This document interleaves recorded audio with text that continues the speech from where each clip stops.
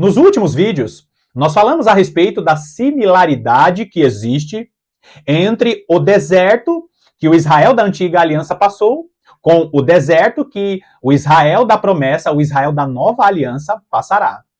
Muitas coisas que aconteceram no deserto lá na época de Moisés são situações que vão acontecer com a igreja quando ela for conduzida para o deserto dos povos.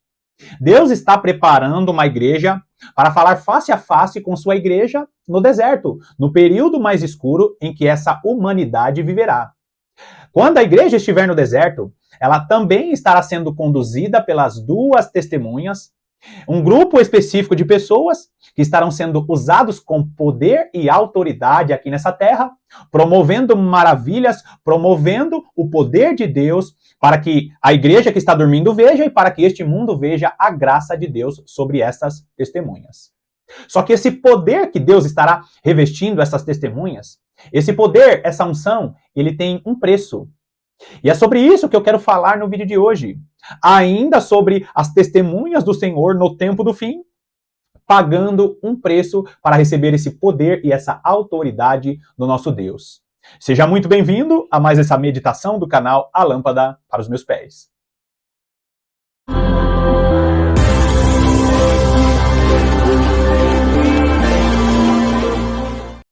Todas as vezes que Deus vai usar o seu povo com poder e graça, Ele conduz esse povo para que este povo possa pagar essa unção, este poder e essa autoridade.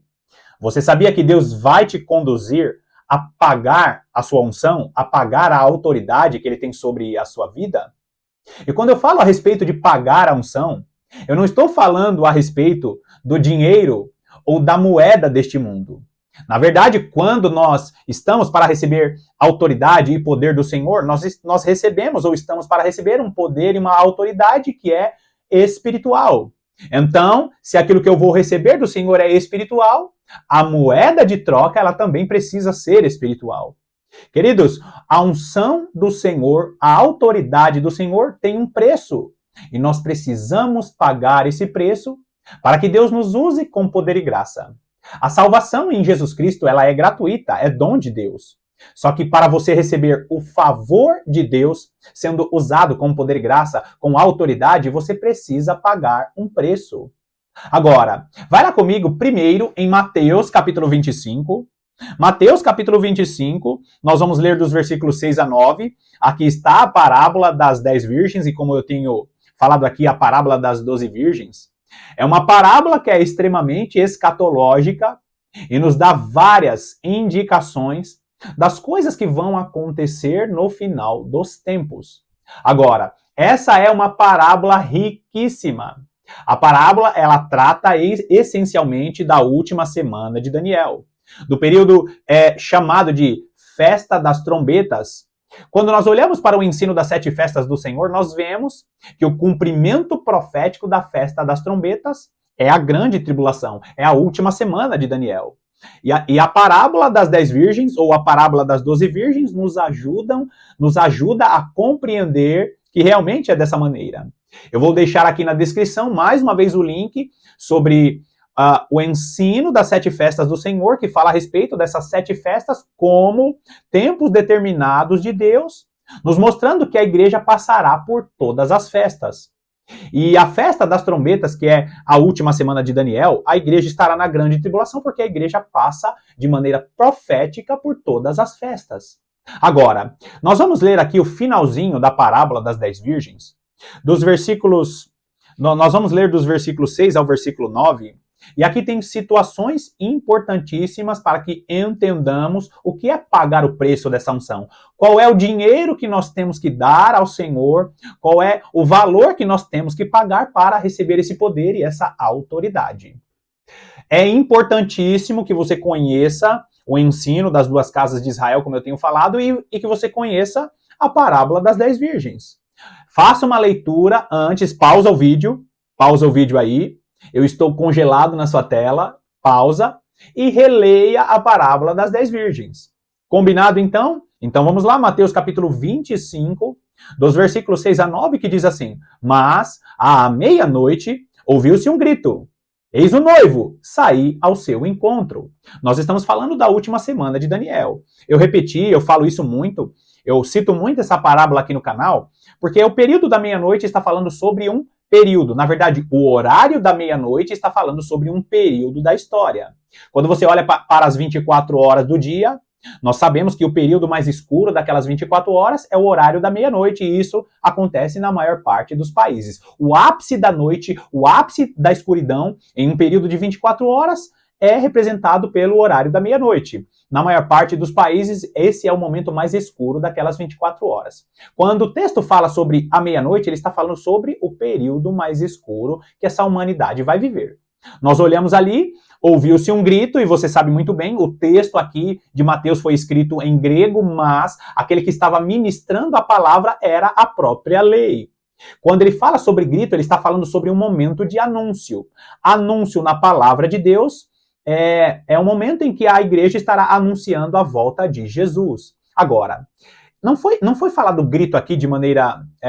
não foi à toa que foi citado aqui o grito. Por quê? Porque grito também significa um momento, um período. Quando você vai para o ensino das 7 festas do Senhor, você vê que grito nos mostra que vai acontecer um grito, porque Yom Teruah é a festa das trombetas. Yom Teruah, a palavra Teruah significa grito. Então, quando ele fala que o período da meia-noite houve um grito, ele está falando no período mais escuro da história, houve um anúncio, um grito. Quando você olha para os tempos determinados do Senhor, o período do grito é a festa das trombetas. Então, o período mais escuro da história em que estará ocorrendo a festa das trombetas, o período do grito, o período do Teruah, é justamente o momento, é justamente a última semana de Daniel. Agora, o texto continua dizendo que houve-se um grito, e o grito diz: eis o noivo sair ao seu encontro. Ou seja, é o momento em que a igreja estará saindo para encontrar o seu noivo. Quando você olha para Cantares, em vídeos anteriores eu falei a respeito de Cantares capítulo 8, o versículo 5 diz assim: quem é essa que sobe do deserto? Quem é essa que sobe do deserto para encontrar-se com o seu noivo? E ali mostra uma descrição linda de uma mulher subindo do deserto para encontrar o seu noivo. Olha que versículo 6 riquíssimo. Nós olhamos aqui o período mais escuro da história, meia-noite. Nós vemos aqui o grito que acontece à meia-noite, nos levando para o Antigo Testamento, os tempos determinados, a festa das trombetas, Yom Teruah, o período determinado do grito. E nós vemos aqui o encontro. A igreja está saindo para encontrar-se com o seu noivo. É riquíssima essa parábola. Agora, olha só, o versículo 7. Então se levantaram todas aquelas virgens e prepararam as suas lâmpadas. Você sabe muito bem o que significa preparar as lâmpadas, ter vida de oração, ter vida de meditação na palavra de Deus, e em comunhão com os santos, o azeite é derramado sobre a igreja e você estará enxergando tudo o que vai estar acontecendo no período mais escuro da história. Eu não vou explicar de novo aqui o que é preparar a lâmpada, mas é ter vida de oração, vida de meditação e estar em comunhão com os santos. Você não pode ser um cristão isolado. Continua aí o versículo 8. E as nécias disseram às prudentes: dai-nos do vosso azeite, porque as nossas lâmpadas estão se apagando. No período mais escuro da história, no período em que a igreja estará no deserto, vão ter muitas virgens que vão estar despreparadas com suas lâmpadas nas mãos. Agora, queridos, presta atenção no que eu estou dizendo. Não ter a lâmpada na mão significa estar no escuro no momento mais tenebroso, no momento mais difícil da história da humanidade. Agora, não tem como você passar a unção, não tem como você passar o azeite para o outro, porque o azeite ele é pessoal. Existe uma unção produzida por toda a igreja reunida, os santos congregando, mas cada um produz um pouquinho de azeite, e todo esse azeite junto, cada um com seu azeite individual, mas todo esse azeite junto, é uma unção produzida para que Deus derrame algo sobre toda a igreja. Antes de você produzir o azeite junto com a igreja, você precisa produzir o seu azeite sozinho, com sua vida de oração, vida de meditação. Então, as virgens nécias no final dos tempos vão pedir azeite para as virgens prudentes. Presta atenção nisso. E olha o que é dito no versículo 9. Mas as prudentes responderam: não, para que não nos falte a nós e a vós outras. Ides antes aos que o vendem e comprai-o. Eu já vi pessoas dizendo que azeite não se compra. Azeite, a unção do Senhor se compra sim. Azeite, a unção do Senhor se vende sim.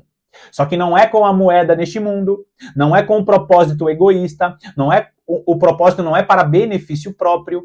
A unção, ela tem um preço, e a unção se vende. Só que nós, da mesma maneira que nós recebemos de maneira espiritual, nós compramos de maneira espiritual. E não esqueça disso para você não ficar escandalizado nesse vídeo. Eu não estou falando do amor de Jesus. Eu não estou falando da salvação. O amor de Jesus e a salvação são gratuitos. É dom de Deus. Eu estou falando de um dom, de uma unção específica para o final dos tempos. Você tem que pagar. Você paga um preço para receber aquela unção. Você não paga preço para a salvação, você não paga preço para receber o amor de Jesus em sua vida. Você paga um preço pela unção e pela autoridade de Deus sobre a sua vida para cumprir maravilhas, para executar os propósitos e para andar de maneira digna no chamado que o Senhor tem sobre você. Agora, as virgens disseram, vai lá e compra. Queridos, olha bem o texto. As virgens prudentes sabem. As virgens prudentes sabem que a unção tem um preço. Vai lá comprar o azeite para acender a sua lâmpada. O que é pagar o preço? Pagar o preço é estar em comunhão com os santos e ter vida de oração e vida de meditação na palavra de Deus. Primeira coisa, não tem como você receber o azeite de Deus, a unção, o óleo, se você não tiver vida de oração. Deus, ele revela as coisas para a sua vida, ele traz a unção sobre a sua vida quando você tem vida de oração. A vida de meditação, a vida de meditação na palavra de Deus, ela vai ficar muito mais produtiva quando você ora. Ou seja, quando você tem a palavra na mão, você tem o recipiente, que é a própria palavra, é o recipiente. Lembra daquela lâmpada antiga? Ela precisava ali do recipiente e tinha também ali, ela era abastecida. A lâmpada, ela era mais ou menos isso aqui, ó. Vou passar aí na frente, um momento diferente aqui no canal, mas a minha esposa, ela veio de Israel e eu recebi essa lâmpada aqui, foi um dos presentes mais incríveis, né? Você consegue olhar aí a lâmpada? Olha só que lindo. Você olha para essa lâmpada antiga, ela é um recipiente, ela tem aqui uma espécie do que seria o pavio dessa lâmpada, né? E o que acontecia? Eles pegavam esse recipiente que representa aí a palavra de Deus, você precisa ter a Bíblia na sua mão, é o recipiente. Só que quando você ora, Deus, ele derrama o azeite sobre a sua vida para que essa lâmpada, ela acenda aqui. Tá vendo esse orifício, esse buraquinho aqui? É daqui, né? É aqui que a chama se acende. Ou seja, você tem a Bíblia na mão, o recipiente, você tem vida de oração, Deus derrama o azeite sobre a sua vida para que toda a lâmpada seja iluminada, ou seja, com a lâmpada iluminada você consegue discernir as revelações para o período mais escuro da história. Isso que significa ter a lâmpada acesa. Vida de oração, vida de meditação na palavra de Deus. Quando chegar o período da meia-noite, essa lâmpada precisa estar iluminada. Agora, queridos, tem muita coisa para falar sobre a parábola das 10 virgens, eu não vou ficar repetindo, porque é uma mensagem que mexe muito com o meu coração, mas o fato é que a igreja precisa ter essa lâmpada nas mãos, pagar o preço de vida de oração, pagar o preço de ficar assistindo os vídeos, pagar o preço de você fazer meditações pessoais, pegar um texto, meditar e orar ao Senhor em cima daquela palavra, vida de oração, vida de meditação. E a parte mais importante, pagar o preço de convivência com os santos. Você sabia que no final dos tempos Deus estará direcionando a igreja que tem vida de oração e vida de meditação para congregar? Eu falei aqui em vídeos anteriores sobre Joel capítulo 2. Vai lá comigo então em Joel capítulo 2. É um texto que eu sempre estou citando aqui também. Joel capítulo 2. Nós vamos ler Joel do capítulo 2 e eu vou pontuar aqui apenas alguns versículos de Joel.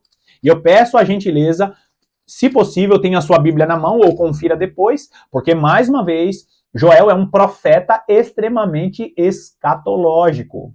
Ele inicia a profecia dele profetizando para o Israel da época dele, mas quase toda a profecia de Joel é para a igreja do tempo do fim. E aí nós olhamos Joel capítulo 2, o versículo 14, Joel capítulo 2, o versículo 15, nós vamos ler dos versículos 15 ao 18, olha só o que diz o versículo 15. Tocai a trombeta em Sião, promulgai um santo jejum, proclamai uma assembleia solene. Mais uma vez, ele diz o que? Tocai a trombeta em Sião. Eu expliquei nos vídeos anteriores e expliquei também nos vídeos que eu deixei aqui na descrição os links, que tocar a trombeta significa anúncio. Deus colocou uma trombeta em seus lábios, só que essa trombeta aqui está nos levando e nos direcionando para o período do toque da trombeta, do teruá. O que é o período teruá do toque da trombeta? Quando a igreja estiver vivendo um momento profético da festa das trombetas, que é a última semana de Daniel, ali essa igreja estará anunciando a volta de Jesus. Agora não esqueça disso, quando o profeta Joel ele fala tocai a trombeta, ele está falando sobre o quê? Sobre a festa das trombetas. Um momento específico da história que será um momento de apenas tocar trombeta.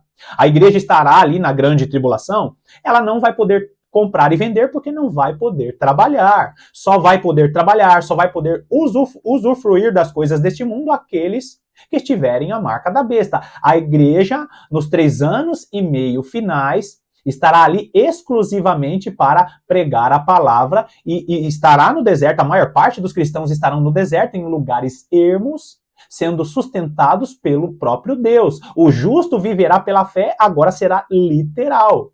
Então, quando ele diz tocai a trombeta, ele está falando sobre o quê? O período mais escuro da história, ou o momento profético da festa das trombetas. E quando ele fala em Sião, ele está falando a respeito do Monte Sião, que representa um monte da nova aliança. A antiga aliança foi firmada no Monte Sinai e a nova aliança no Monte Sião.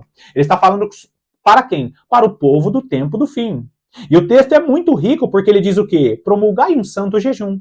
Proclamai uma assembleia solene. Ele está falando também a respeito das 2 testemunhas do Senhor que estarão no período do cumprimento da festa das trombetas, as testemunhas que estarão o quê? Vestidas de pano de saco. O que é estar de pano de saco? É estar em humilhação, é estar em jejum, é estar em oração, é estar em consagração ao Senhor para o período do toque da trombeta.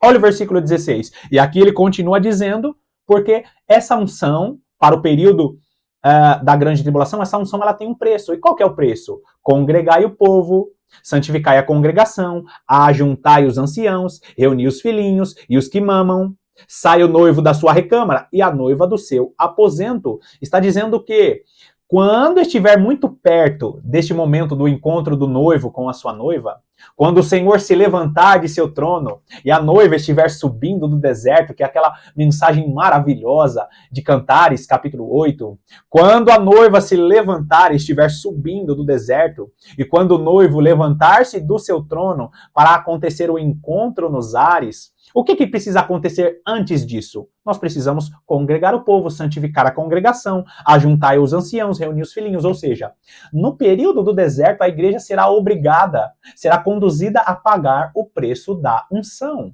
A igreja estará sendo levada no deserto porque Deus quer potencializar a unção que será derramada para este período.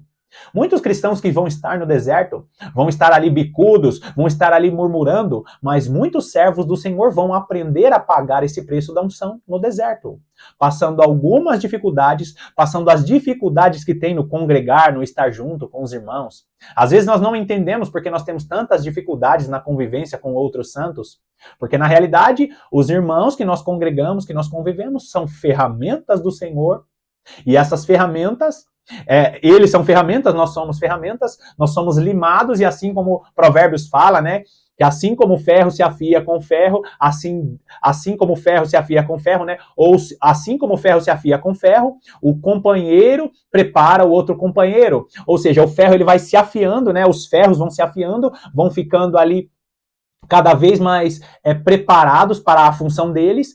Assim Deus usa um irmão para afiar outro irmão, e ali na convivência eles vão sendo limados, afiados e preparados para o propósito que Deus tem sobre a vida deles.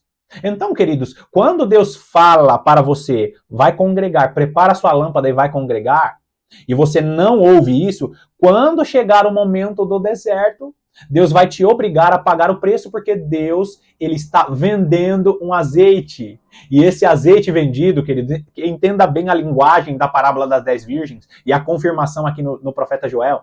Não é algo que você compra para benefício próprio. Não é um preço que você paga para benefício próprio. É um preço que você paga para cumprir os propósitos de Deus aqui nessa terra.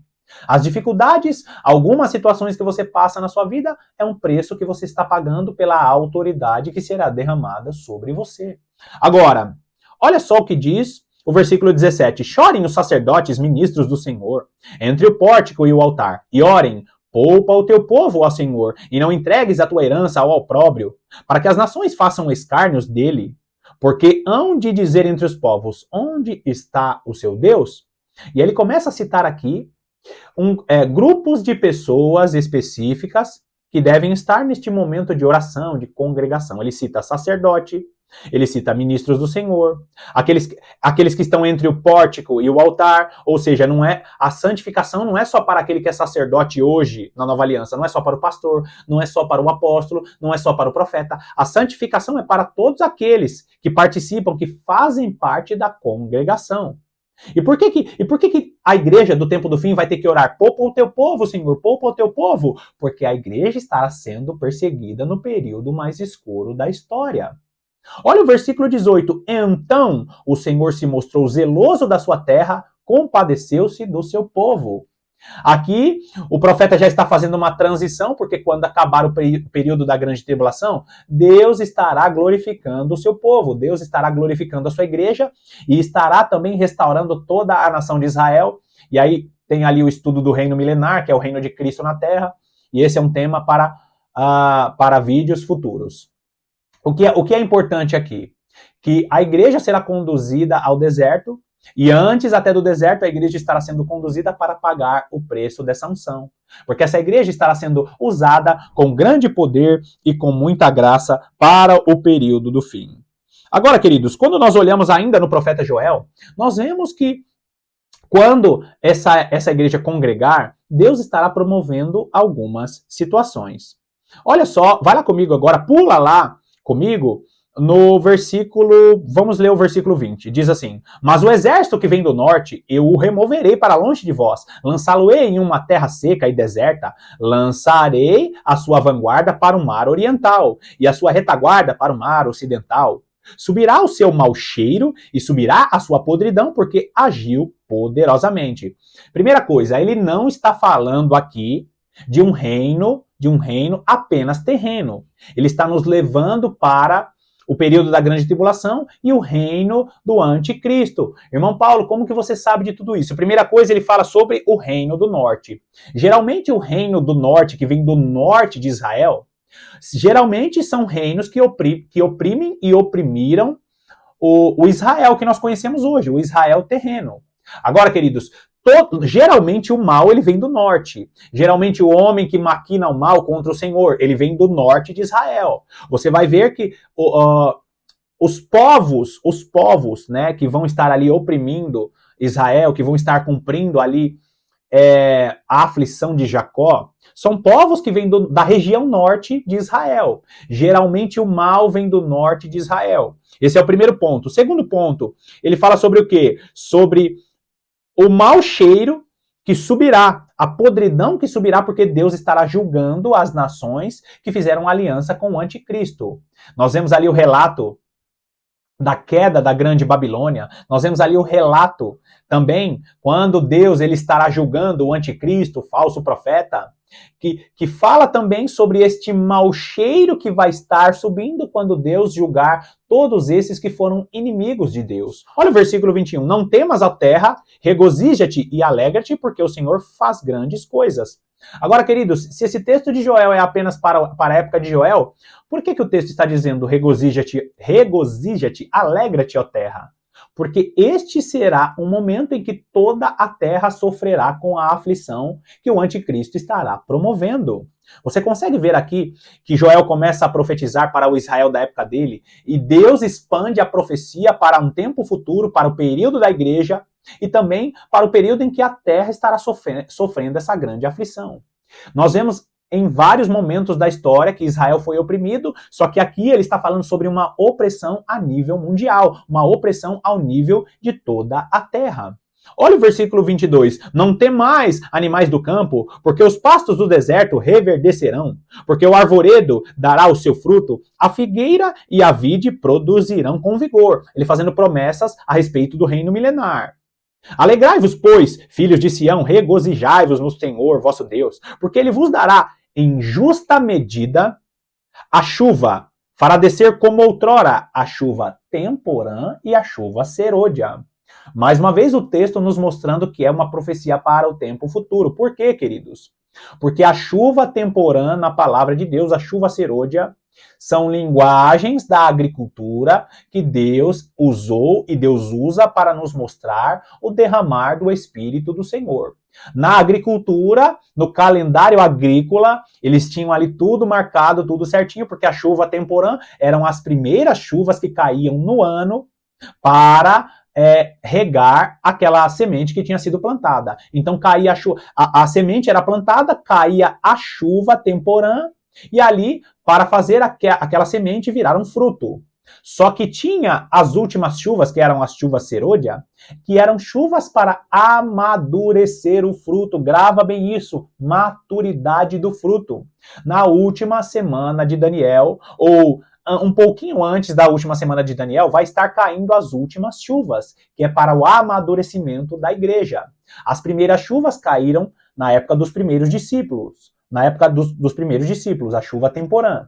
Agora, as últimas chuvas, que é as chuvas serôdias, são as chuvas que antecedem a última semana de Daniel.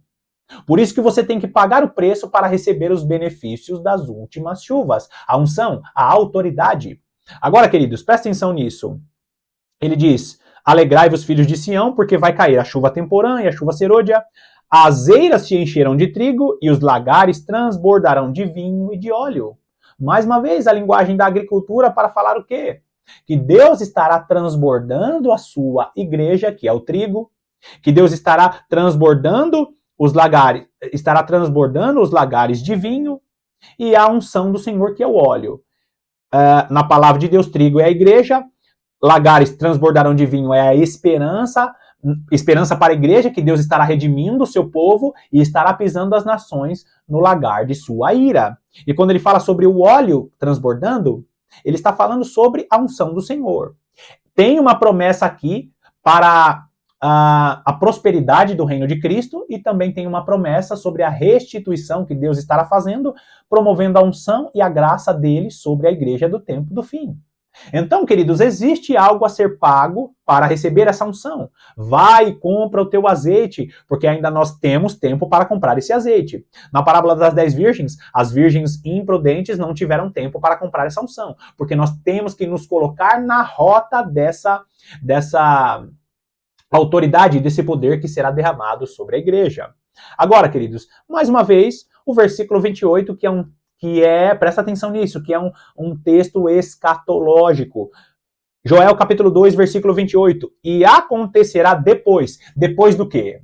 E acontecerá depois que a igreja pagar o preço da unção, tendo vida de oração, tendo vida de meditação e congregando. E acontecerá depois que a igreja pagar o preço. Depois que derramarei o meu espírito sobre toda a carne, vossos filhos e vossas filhas profetizarão, vossos velhos sonharão e vossos jovens terão visões, até sobre os servos e sobre as servas derramarei o meu espírito naqueles dias. O que ele está dizendo aqui? Depois que o preço for pago, aí sim eu vou derramar o espírito sobre vocês. Você lembra que o profeta Joel ele cita chuva temporã e chuva serôdia? É tão incrível isso, porque tudo isso que eu estou falando que a igreja precisa fazer para receber as últimas chuvas, a igreja no início, a igreja primitiva, lá nos primeiros discípulos, lá nos primeiros apóstolos, eles fizeram isso. Vocês lembram o que acontecia quando eles receberam as primeiras chuvas? O derramar do Espírito em Atos capítulo 2? Atos capítulo 1, versículo 8, e Atos capítulo 2, que registra ali o derramar do Espírito Santo, o registro das primeiras chuvas. Eles estavam com vida de oração, eles estavam olhando para a palavra de Deus e eles estavam reunidos congregando. A igreja ela vai ter que congregar. Só que assim como a igreja primitiva recebeu as primeiras chuvas, a chuva temporã, a igreja vai ter que fazer, a igreja do tempo do fim vai ter que fazer a mesma coisa. Você vai ter que ter vida de oração, vida de meditação, você vai ter que ter paciência para congregar com pessoas que você tem dificuldade. Pague o preço para receber a chuva serôdia, as últimas chuvas.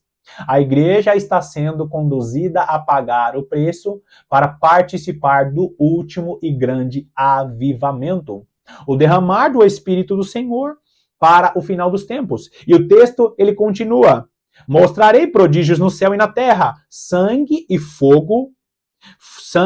fogo e colunas de fumaça. O sol se converterá em trevas e a lua em sangue, antes que venha o grande e terrível dia do Senhor. Então, queridos, nós olhamos aqui para esta palavra e nós vemos, primeiro, que o grande e terrível dia do Senhor não é o momento da grande tribulação. O grande e terrível dia do Senhor é a volta de Jesus, quando Jesus estará limpando toda a região celestial, limpando essa terra, a igreja será glorificada. Esse é o grande e terrível dia do Senhor. O derramar do Espírito Santo, como o texto está dizendo, as últimas chuvas, os benefícios do preço pago, vai acontecer antes da volta de Jesus. E quando que acontecerá o derramar do Espírito? Antes que venha o grande e terrível dia do Senhor. Queridos, Deus está conduzindo a sua igreja a pagar um preço pela uma unção, por uma autoridade, o preço que foi citado lá na parábola das 10 virgens. Você vai lá, compra o seu azeite para encher a sua lâmpada, para que as revelações, para que a autoridade do Senhor, para que a graça, o poder do Senhor seja sobre a sua vida para o final dos tempos. E aí, está preparado para pagar o preço? Já está pagando o preço para que Deus derrame a unção reservada, o azeite reservado que Ele tem sobre a sua vida? Eu espero que sim. Mais uma vez, eu quero te agradecer pela sua companhia.